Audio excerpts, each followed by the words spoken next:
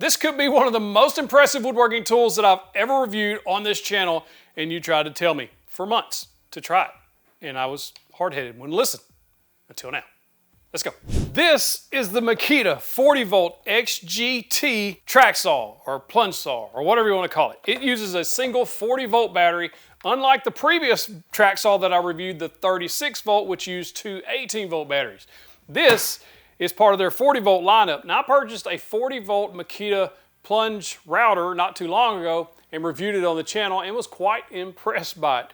Makita has been doing some great things. They've always been one of the top brands, and I have been asked to review this over and over and over, and I have to pay for these tools myself, so sometimes it takes me a while to get around to it. And I think we're gonna find out if this can even compete with better track saws. We'll find out. Festool, Milwaukee, and the Makita. We're gonna go head to head later, but first let's talk about the features and see how this performs.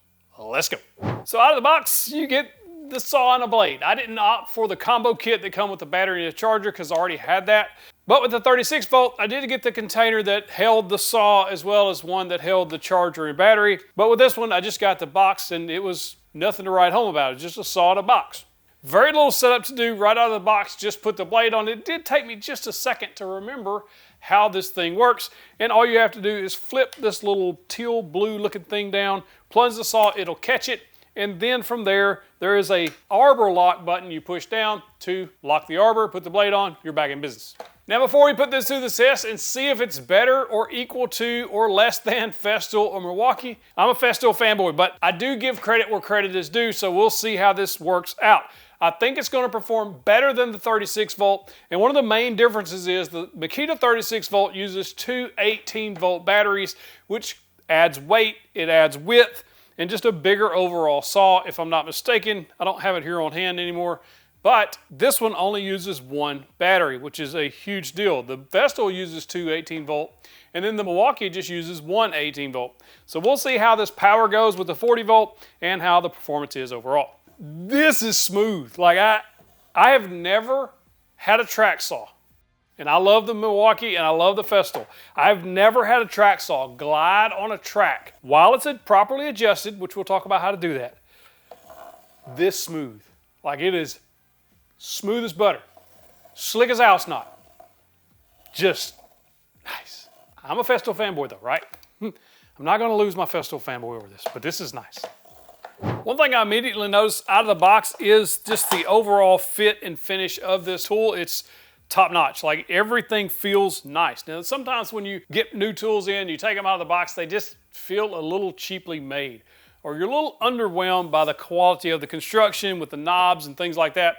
This isn't the case here. Everything, as you would expect from Makita, feels very nice. So one of the first things I noticed that was different on this than I've seen on other track saws, there's a little radio icon right on the side. What that is for a Bluetooth connection to their dust extractor. Festool has a very similar thing, which I absolutely love. When you power the tool on, the dust extractor comes on, so you don't have to turn that on separately. It's just very, very convenient to have. So I'm glad to see that included, although I don't have a Makita dust extractor. But if you do, you're in business. Now this is a variable speed saw, so you get speed settings from 1 to 5. In the manual, it shows you exactly what those speed settings are, should you need to know that. This saw has bevel capacity from -1 all the way to 48, and all of these markings, these are raised, so you can feel them. They're not printed on or anything like that, and they're high contrast, very easy to see, good size numbers.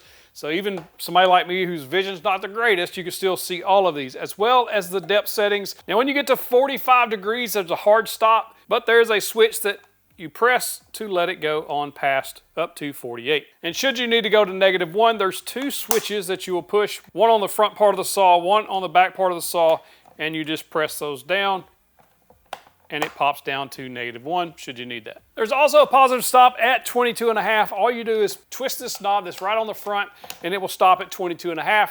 That's a very handy feature. I'm glad to have that on there. And as far as the way these knobs are constructed, like the overall build quality of this is top notch. I see no difference in the quality of this one versus some of the other high-end track saws that I've used in the past.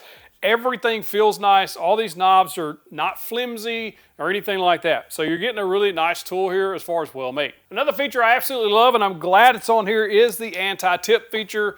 Not all amazing saws have that. Festool, we're looking at you. So I'm glad that's there. The Milwaukee has it, but this one also has it. It's just very handy when you're doing bevel cuts to not have to worry about your saw falling off the track if you let go. So I'm glad that's on here. And it's easy to activate or deactivate should you need to. It's just one switch, and you'll see that it actually goes into a groove, the pre-made groove that's in that track. This saw also features a scoring feature, which is extremely handy to have if you cut a lot of plywood, just to keep from getting splintering and things like that. It's literally just this little black knob right here beside the trigger, up next to the shroud. You're gonna press that in, and then when you plunge it, it's gonna plunge about 2 to 3 millimeters, according to the manual, lower than the track. And that's just gonna give you a nice little score cut. And then you just pull the knob back and then make your full depth cut all the way down your plywood, and that'll just help get cleaner cuts. Now, as far as the depth adjustment goes, it's showing 0 to 55 millimeters, whatever that makes in inches. Chris, will you let us know? But you can easily adjust that. This is a single pole adjustment. This operates very well. Now, I've had some that just kind of hang up and things like that on the cheaper brands, but on this one, there's zero issue. It's very quick to adjust. It doesn't hang or anything like that. I may prefer Festool in Milwaukee slightly more, which we'll talk about later why, but I like it. I like it. I like it a lot. As far as the bevel and everything goes, all the indicators and everything look nice. Kind of a pinpoint indication on the bevel cut. Sometimes, I forget which one it was, maybe DeWalt or Win. One of them, the indicator was a little fat, like it was hard to see exactly where it was pointing. This one you can see easily, especially with that high contrast pointer against that black and white background. Everything is just well thought out. So probably the star of the show is, in this case, the 40 volt max battery that Makita offers. Now this is a 4 amp hour battery. I picked this up with a charger, got it fully charged. And speaking of the charger, it's one of the cooler looking chargers out there. And from what I'm told, you can change the tune that plays when the battery's full. It's kind of a neat little Easter egg if you're into that sort of thing. But I do like it. It's a fast charger, has a fan that's blowing, keeping everything nice and cool. Everything worked well. It didn't take long to charge this up out of the box, probably 30-ish minutes. So maybe less than that. I was working out while it was charging, so not a big deal. Probably be beneficial to pick up an extra battery or two if you do decide to go with this route, or the combo kit that includes the battery and charger. All right, first power up, we'll see how this thing feels when we're powered up.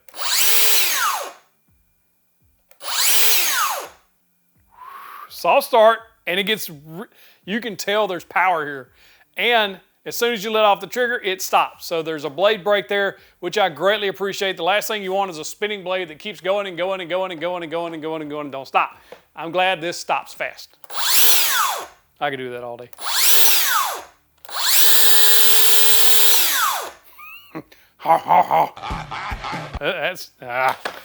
See how this performs on 2-inch walnut. This can be used on other tracks. So if you already have a Festool track, or Wind tracks, or PowerTech tracks, all of these are kind of made in that similar style, or same style. But the difference here on this Makita track that I noticed even over Festool is these little runners here that this is gliding on. It's like some type of hard plastic or composite material, and it is absolutely butter smooth. I mean, it's impressively smooth. And I've had Festool for years. I've had Milwaukee. This is the smoothest track saw that I have ever felt sliding on a track. Not saying that the Festool's sticky or anything like that, or even the Milwaukee, but this one's just the next level up. Like it's good. Now to adjust it to the track, as soon as you set it on there, there are knobs on the front and back of the saw, and you're gonna wanna twist those to get it snug. So if you loosen them all the way off, you'll see that there's quite a bit of slop there. And you don't want that slop because that's gonna cause inaccuracies. And the reason you get a track saw is so you can get dead accurate results every time. So you're just gonna tighten those up until that slop runs out. And when you can you can feel it along with seeing it move. When there's no longer any movement, stop. There's no need to go any tighter. The more you tighten these down, the stickier it's gonna feel. But if you adjust it to where it's just right, you're still gonna get that butter smooth slide, and you're gonna get those accurate results. If I'm not mistaken, the DeWalt saw, before I used this one, was the most powerful track saw I'd ever used. But the complaint I had with that was how you had to adjust it to the track. You had to take the tool out to do that, and I thought that was kind of annoying. So I'm glad that these are just knobs like everybody else is using to do it the right way. Now I'm a huge fan of the Festool track saw and the Milwaukee track saw. I think they're two of the best on the market. But I've been told that this might outseat both of those, the 40-volt Makita. I don't know. I'm a little skeptical that it will outseat them, although I think it's going to rank pretty close. But, you know I'm a Festool fanboy, so let's see how this goes. Now, before we put this through the test, make some cuts. We'll see how it does on plywood. We'll see how it does on 2-inch thick walnut. You have to cut the track to fit the saw if it's a new track. And all you do is just set it off slightly off the plywood or whatever material you're going to cut, and just make you a cut to trim this splinter guard that's on the bottom here. You'll trim that up, and then you'll be good to go. Now, one thing I noticed when on the dust collection hose or connection, it snaps in 4 positions. I've not seen that on any other track saw, and I'm glad it's here because it keeps it from moving and rotating around. So then I can just connect my hose, which the Festool hose fits in there perfectly, and then I don't have to worry about this thing moving or anything like that, and I can reposition it with ease, left, right, up, down, whatever.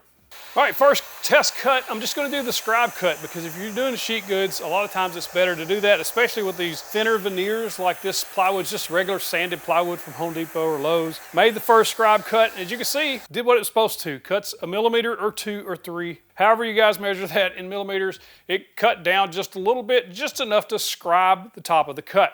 And then when I went back and done a full plunge cut all the way through the plywood, it did awesome. Like this is as near perfect as you're gonna get anyway, cut on both pieces and on both sides. The underside is slick, smooth, no splintering. The top side slick, smooth, no centering. Even on the off cut, you can see the factory edge on the top side here, but on the bottom next to the cut of the full sheet of plywood, both of those are the cut side, and both of those are super clean. Impressive. As far as dust collection go, there was a little bit of dust coming out, but not a ton.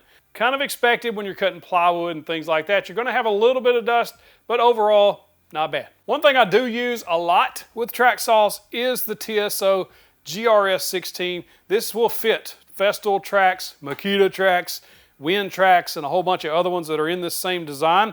It's just super easy to use. Slip it on, clip it down, and this basically turns your track saw into their track into a giant speed square. So if you're cutting a lot of repeated cuts, this thing will save you a bunch of time, and I highly recommend it. I'll link it in the description. Cutting this 2-inch thick piece of walnut, I was very, very surprised at the performance, the power, the cut quality, because this is a 56 tooth blade, which is meant for really fine cuts like on the plywood.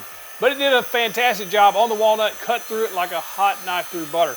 It was extremely smooth, and when the cut was done, if you look, both sides of the cut, top and bottom, completely flawless. No splintering at all.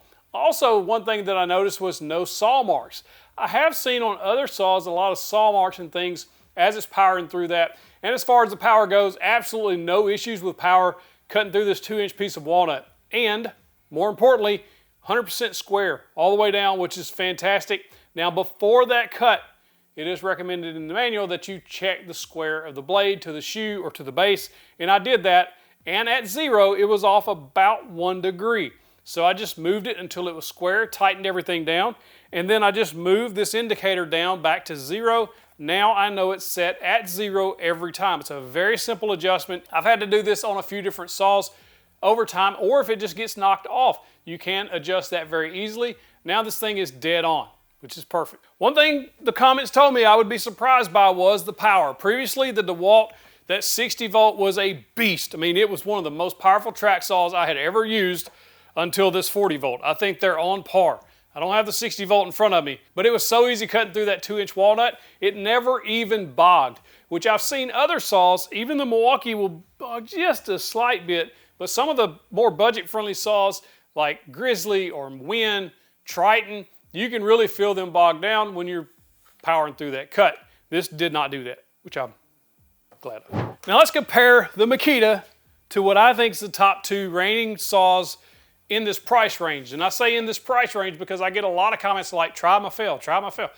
My fail track saw is like $1,200 or $1,500, depending on which one you get. It's a lot of money. These are all under 1,000, some mostly under 800. So we're in the same ballpark here, apples to apples, I think. There's some key differences here though that need pointing out. First and foremost, the Makita doesn't have a riving knife, which I always thought was important until I used the Makita, the 36 volt. Didn't have any issues. This one doesn't have a riving knife, no issues at all. But I do like that the Milwaukee does have that riving knife, and that just helps when you get some woods and things that have a lot of tension in them and it starts pinching up, so it just prevents that pinching. On the Milwaukee and Festool, I still prefer this single button slide up and down. You just press it, move it to the depth you want, and just let go. Where this was just a little more work. You have to unscrew the single bolt, move it, and then tighten it back down. It's a minor thing, but these are much more convenient. As well as the Festool and Milwaukee also have the on-track and off-track indicators, which I find useful. Now the Festool has a positive and a negative going for it over the Makita. First, the positive is it has that anti-kickback technology. It looks like a riving knife. It is not. If this detects a kickback, in other words, it gets pushed up off the track rapidly, it shuts off the motor, which I think is a fantastic idea and a great safety feature. I really enjoy having that on the Festool. However, the Festool has, well, two negatives really. Number one, it uses two 18-volt batteries, but you can use it with one, just at a lower power. If you want full power, you have to use two batteries, and then you have to charge those two separately in the charger I have anyway. Battery life, though, on the Festool is fantastic. The second negative is there's no anti-tip like is on the Milwaukee or on the Makita. So if you're doing bevel cuts and you go to 45 and let go, it falls over. Whereas if you do that with the Makita or the Milwaukee, they do not fall over. And as far as the markings and indicators and all that go, as far as your bevel cuts and your depth cuts and all that, I think Festool has a slight edge. I really like how they have theirs indicated with that pointer. Milwaukee and Makita are much the same or similar. Another thing to consider is the size of these saws. This saw is actually quite a bit more narrow than these two, which may or may not be important to you. And as far as the weight goes, it also feels about the same heft as the Milwaukee. And this one's a little bit heavier because of those two batteries. So as far as weight and size goes, I think the Makita wins here as well. And as far as power goes, I think the 40-volt Makita has them both beat. Not that the Milwaukee or the Festool I've ever felt is underpowered, but you can absolutely tell the difference in the power and the performance that's coming out of this 40-volt Makita, and it's truly impressive. And if you just compare the sound of the motor, the blade spinning, like the Makita just sounds a little bit more refined. A little pinkies out.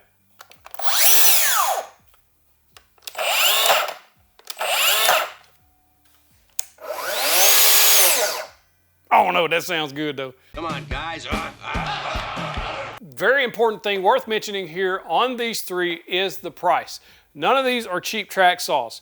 They're all high quality track saws. But these two go on sale regularly. Can you say that 3 times fast? The Festool rarely, if ever, goes on sale. And typically if it does have a deal, it's something is included with it, right?